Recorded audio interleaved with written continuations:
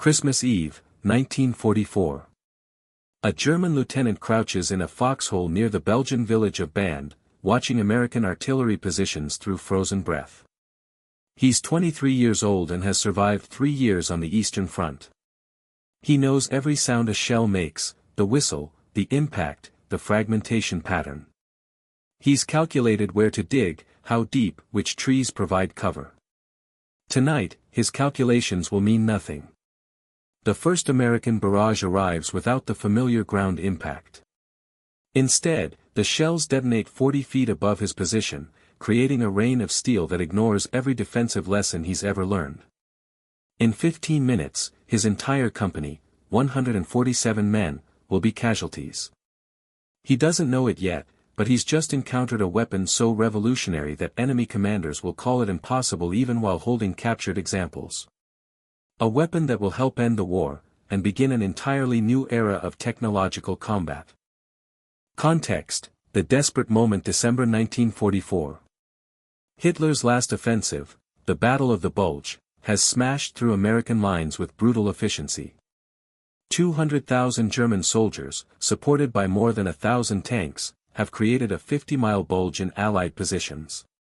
Supreme Commander Dwight Eisenhower faces a strategic nightmare. Green American divisions are surrounded, supply lines severed, and winter weather has grounded the Allied air superiority that's dominated since D-Day.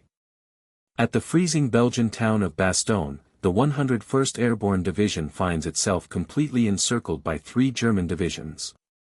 At Elsenborn Ridge, 2 American divisions struggle to hold critical high ground against the elite 1st SS Panzer Division.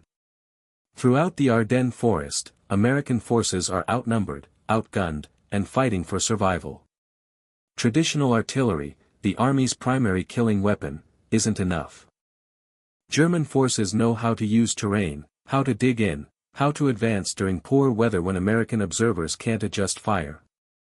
The math of conventional warfare favors Germany in this battle. But American gunners are about to deploy something that will rewrite warfare's mathematics entirely. The secret: birth of an impossible weapon. 3 years earlier, in 1941, scientists at Johns Hopkins University's Applied Physics Laboratory received an impossible assignment: design a miniature radar system that could fit inside an artillery shell, survive being fired from a cannon at 20,000 times the force of gravity, function while spinning at extreme rotational speeds, work in all weather conditions, and autonomously detect the optimal moment to detonate. The challenges seemed insurmountable. Radio vacuum tubes of the era were fragile glass devices designed for living room entertainment, not battlefield violence. The acceleration forces during firing would crush conventional electronics to dust. Yet if successful, this weapon would transform artillery from an area denial tool into a precision killing system. Dr. Merle Tuve, the project director, understood the stakes. He assembled 3% of all American physicists and established security protocols matching the Manhattan Project. The laboratory operated from a disguised facility in Silver Spring, Maryland, an abandoned used car dealership where the future of warfare was being invented. By December 1944, that impossible weapon existed. It was called the proximity fuse. And very few American commanders were authorized to use it. The gamble: one officer's choice. Lieutenant Colonel Thomas Keenan, commanding officer of the 333rd Field Artillery Battalion, stood in the frozen pre-dawn darkness of December 24, reading the most unusual fire order of his career. His battalion supported American positions at Bastogne, now completely surrounded. The German assault would come at dawn, everyone knew it. Army regulations were explicit: proximity fuses were restricted to anti-aircraft use only. The reason was sound.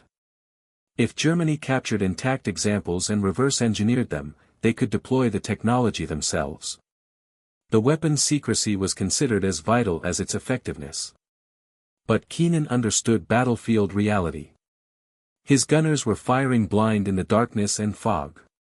Forward observers couldn't adjust fire. German forces were massing in the forest, hidden by terrain and weather. Conventional ammunition wasn't stopping them. He made his decision. At 0615 hours, December 24, Keenan ordered his gunners to load shells equipped with proximity fuses. He was violating direct orders. He could face court-martial. But watching his shells airburst over German assembly areas with devastating precision, he knew he'd made the right tactical call. Word of his decision would reach Supreme Headquarters within hours. The question was whether Eisenhower would order his arrest, or authorize widespread deployment. The science, radar in a cannon inside each proximity fuse, was a marvel of miniaturized engineering that wouldn't appear in consumer electronics for another 20 years.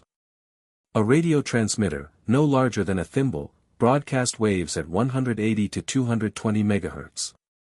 When these waves reflected off ground, trees, or human bodies, the returning signal's strength indicated distance. As the shell descended, the reflected signal intensified. When it reached a predetermined threshold, corresponding to optimal burst height of 30 to 50 feet, an electronic switch triggered detonation.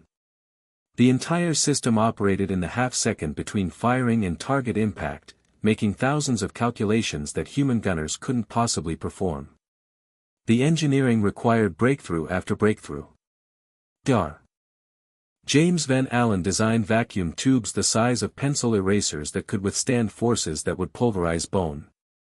Innovative cushioning systems protected delicate filaments. At the moment of firing, a glass ampoule containing electrolyte would shatter, creating a battery that powered the radar for the shell's brief flight. American factories, RCA, Sylvania, General Electric, Crosley Corporation, had been producing these technological marvels since 1943, initially for anti-aircraft defense against German V-1 rockets. But in ground combat, they'd never been deployed at scale. Until now. The release, Eisenhower's decision, December 26, 1944. Eisenhower's headquarters at Versailles received multiple reports of unauthorized proximity fuse deployment at Bastogne.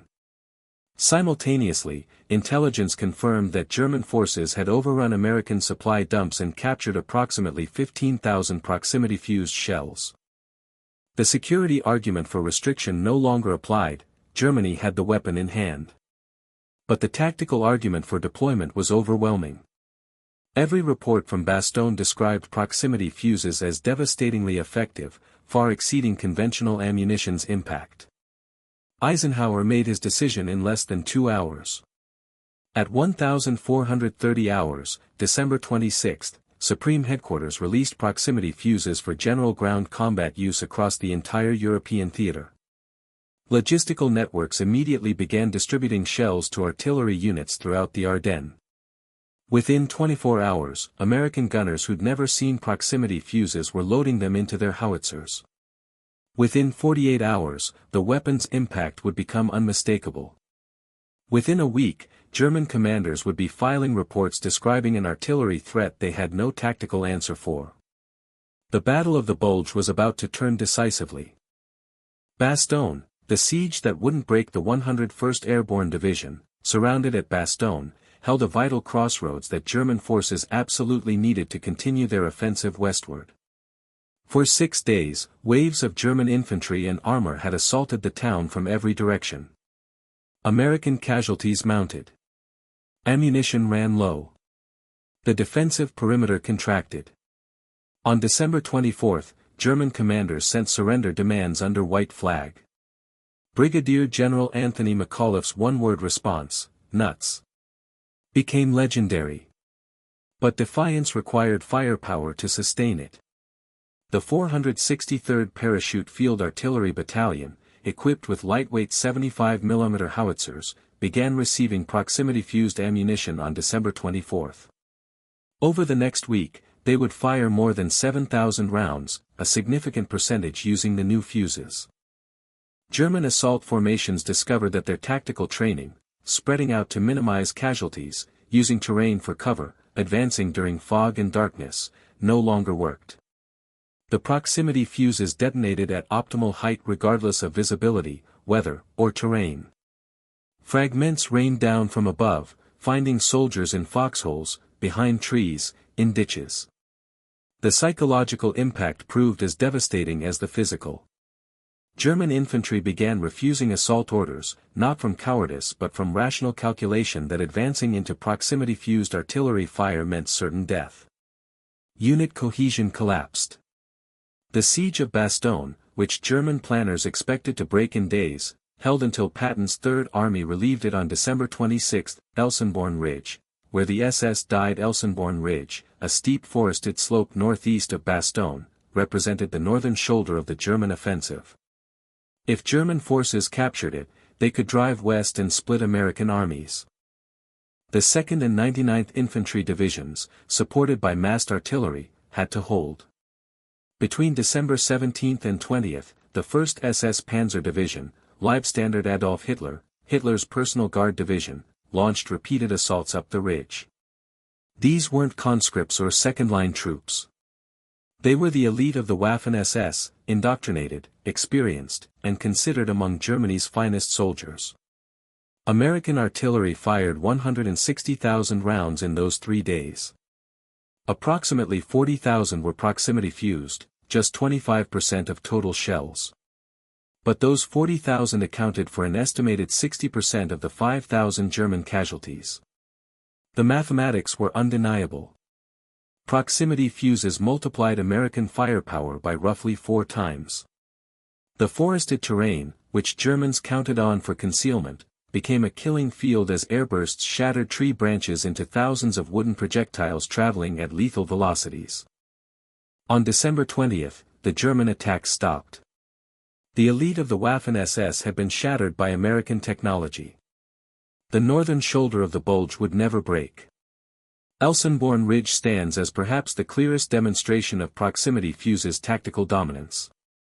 The Iron Rain, Patton's drive north. General George S. Patton, commanding the Third Army south of the Bulge, received Eisenhower's orders to wheel 90 degrees north and drive toward Bastogne.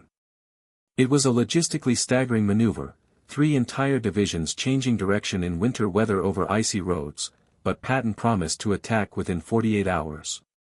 His artillery commander, Brigadier General Edward Williams, immediately recognized proximity fuses' potential for offensive operations. Williams pioneered time-on-target tactics using the new ammunition, multiple artillery battalions firing simultaneously so dozens of shells arrived at the target at the same instant. When 30 or 40 proximity-fused shells detonated simultaneously at optimal height above German defensive positions, the effect was apocalyptic. German soldiers called it the bell toll of death, a sound unlike anything in previous warfare. Entire defensive lines evaporated. Infantry trying to retreat found themselves under fire that tracked their movement. Tanks couldn't hide in forests. Artillery positions couldn't dig deep enough. Between December 22 and 29, Patton's Third Army fired approximately 50,000 proximity-fused shells. The rate of advance, initially expected to take a week, compressed into 4 days.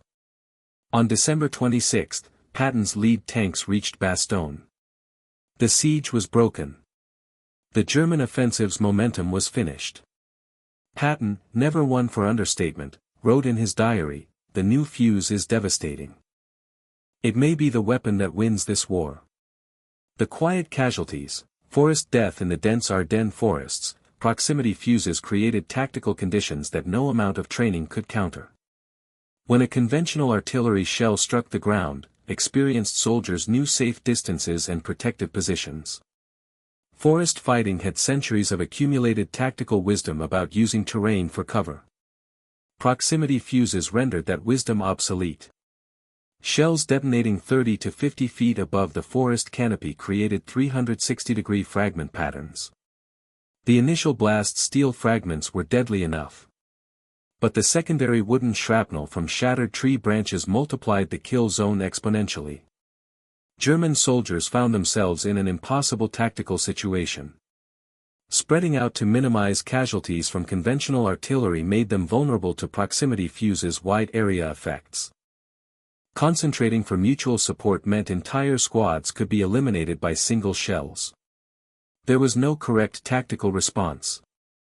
After-action reports from German units in late December described something unprecedented: mass casualties without seeing the enemy, without hearing incoming fire warning, without any defensive countermeasure.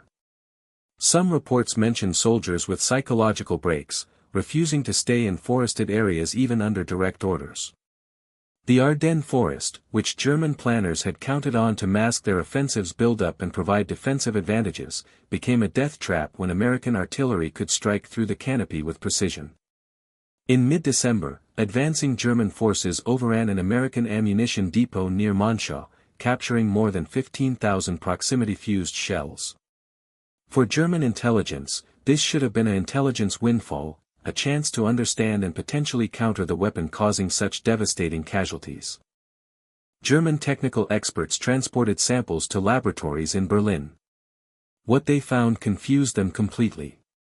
Miniature vacuum tubes inside an artillery shell violated every principle German engineers understood about electronics and ballistics. The components shouldn't survive the firing shock. The radar system shouldn't function while spinning. The whole design seemed physically impossible. German intelligence reports from late December concluded that the visible components must be decoys hiding the real mechanism, possibly some form of magnetic or electrostatic detection. They couldn't accept that American engineers had solved problems German scientists considered unsolvable. The irony deepened: Germany had led proximity fuse research before the war. Rheinmetallborsig and AEG Berlin had working prototypes by 1940 with 95% reliability. But Hitler's directive cancelling all weapons projects requiring more than 6 months to production had terminated the program.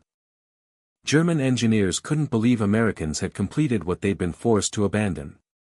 By the time German intelligence accepted the weapon's reality in mid-January, the Battle of the Bulge was over. Germany would never develop countermeasures. Hermann Göring later admitted during interrogation that German fuses were 3 or 4 months from production when the war ended. New Year's gamble, Operation Bodenplatte, January 1, 1945.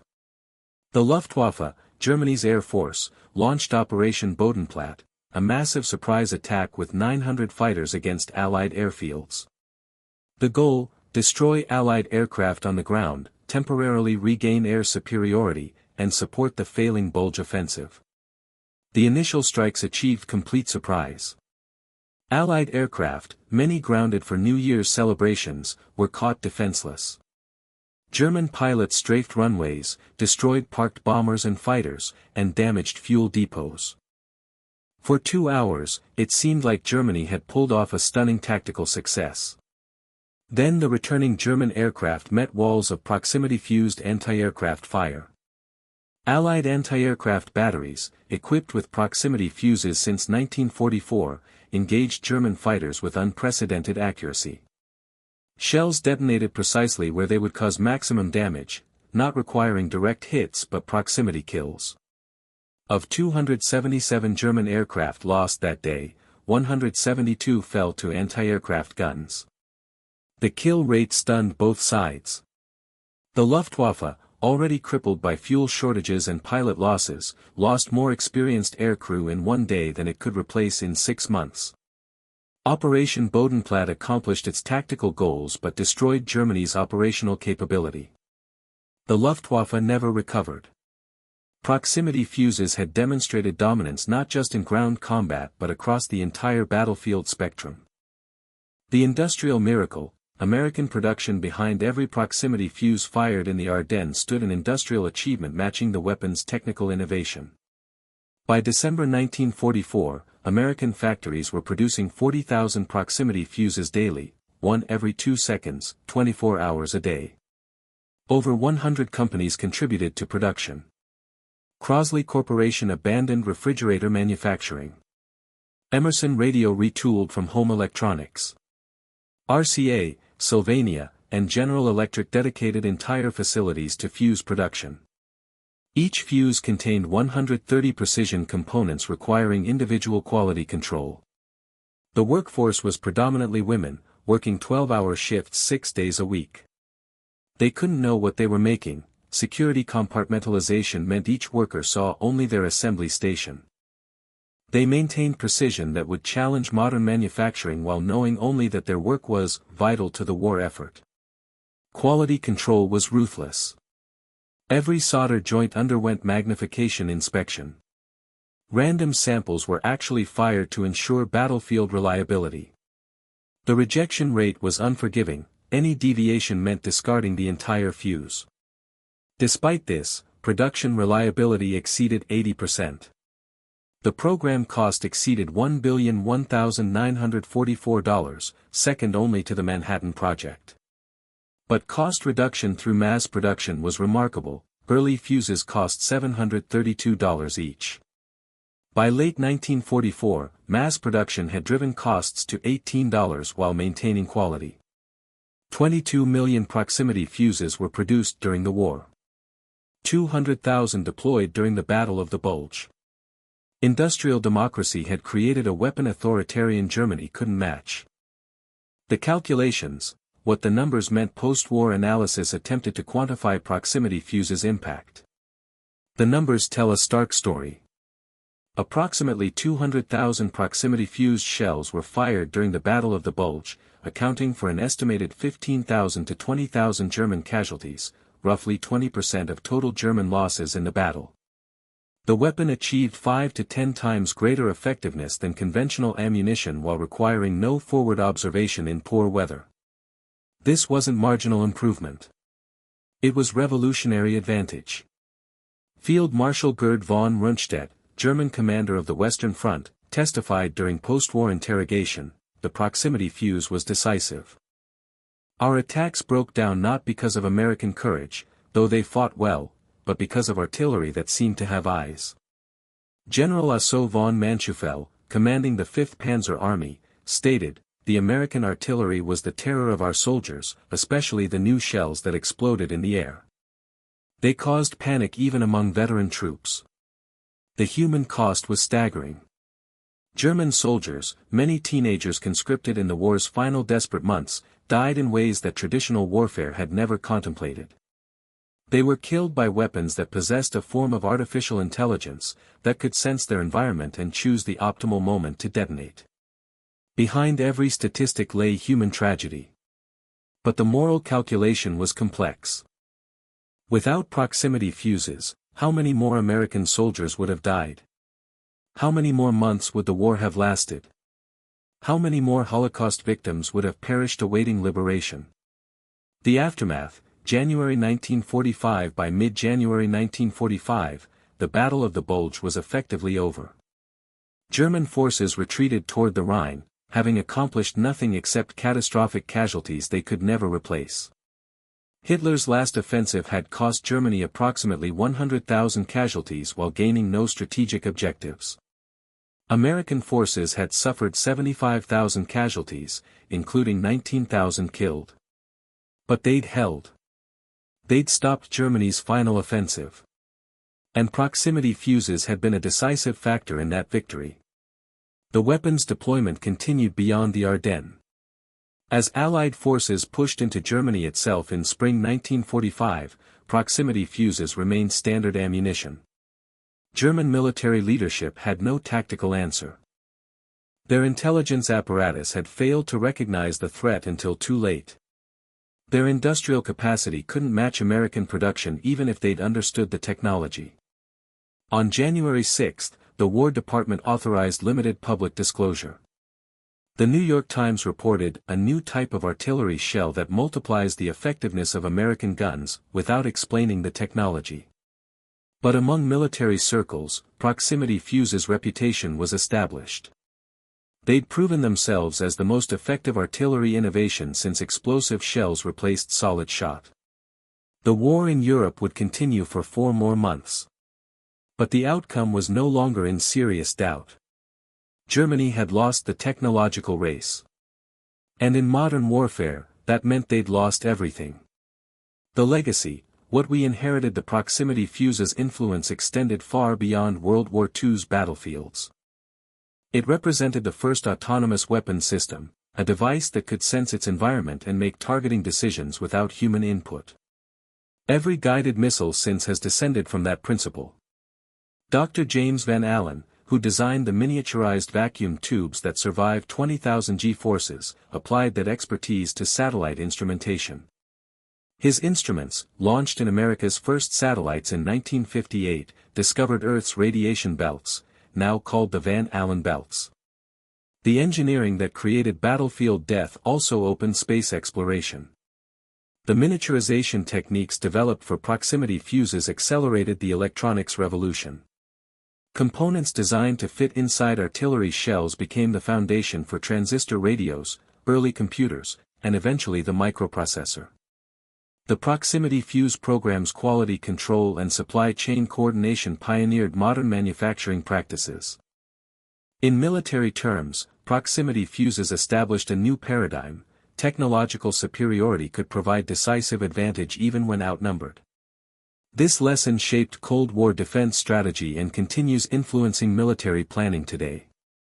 Every precision-guided munition, every smart weapon, every autonomous system traces its lineage to tiny radar sets in World War II artillery shells. In 2025, as militaries deploy drone swarms with autonomous coordination, as hypersonic missiles adjust their own trajectories, as artificial intelligence makes targeting decisions in microseconds, we're still living in the world the proximity fuse created. A world where weapons think. Where technology multiplies force. Where the side with superior innovation holds decisive advantage. That world was born in the frozen Ardennes forests 80 years ago, when artillery shells gained the ability to see.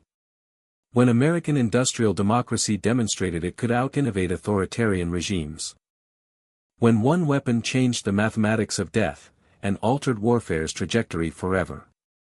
The German lieutenant in his foxhole on Christmas Eve 1944 never understood what killed his company. He only knew that the rules had changed. That centuries of military wisdom about cover and concealment no longer applied. That the air itself had become lethal. He survived that night. But the warfare he'd been trained for died in the Ardennes. The age of technological combat had arrived. And it's never left us.